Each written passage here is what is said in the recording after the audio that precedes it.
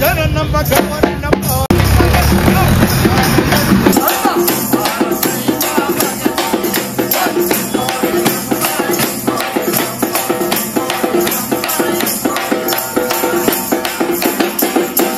ನಾವು ಬೆವರನ್ನು ಸುರಿಸಿ ದುಡಿಯುವ ಜನ ನಮ್ಮ ಬೆವರಿನ ಪಾಲನ್ನು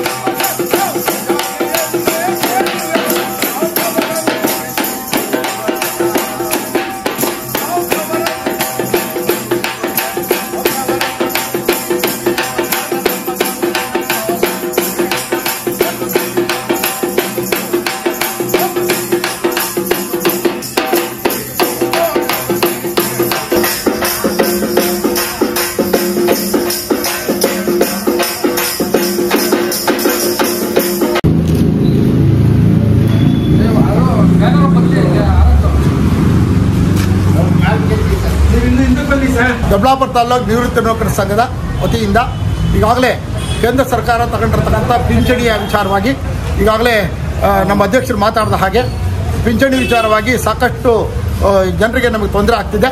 ಅದರಿಂದ ಎಲ್ಲರೂ ಕೂಡ ಪಿಂಚಣಿಯನ್ನು ಪರಿಷ್ಕರಣೆ ಮಾಡಲು ಸಾಧ್ಯವಿಲ್ಲ ಅಂತಕ್ಕಂಥ ಆದೇಶವನ್ನು ಹೊರಡಿಸಿದ್ದಾರೆ. ಅದಕ್ಕೋಸ್ಕರ ಅಖಿಲ ಭಾರತ ಪಿಂಚಣಿದಾರರ ಸಂಘ ಮತ್ತು ರಾಜ್ಯ ಸಂಘದವರೆಲ್ಲರೂ ಸಭೆ ಸೇರಿ ಮಾನ್ಯ ಪ್ರಧಾನಮಂತ್ರಿಗಳಿಗೆ ಈ ಅಹವಾಲನ್ನು ನಮಗೆ ಮನ್ನಿಸಿ ನಮ್ಮ ವ್ಯಾಪ್ತಿ ನಮ್ಮ ಬೇಡಿಕೆಯನ್ನು ಈಡೇರಿಸಬೇಕು ಅಂತೇಳಿ ಮನವಿಯನ್ನು ಮಾನ್ಯ ತಹಸೀಲ್ದಾರರು ಜಿಲ್ಲಾಧಿಕಾರಿಗಳ ಮೂಲಕ ಅವರಿಗೆ ಕಳಿಸ್ಕೊಡ್ತಾರೆ.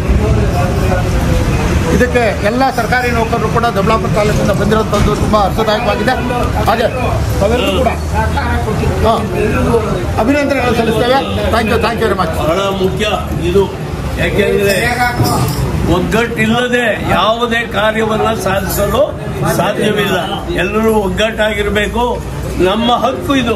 ಅವ್ರೇನು ನಮಗೆ ಭಿಕ್ಷೆ ಕೊಡ್ತಾ ಇಲ್ಲ, ಗೊತ್ತಾಯ್ತಾ? 20-30 ವರ್ಷ ಇಲಾಖೆಯಲ್ಲಿ ಕೆಲಸ ಮಾಡಿದೀವಿ.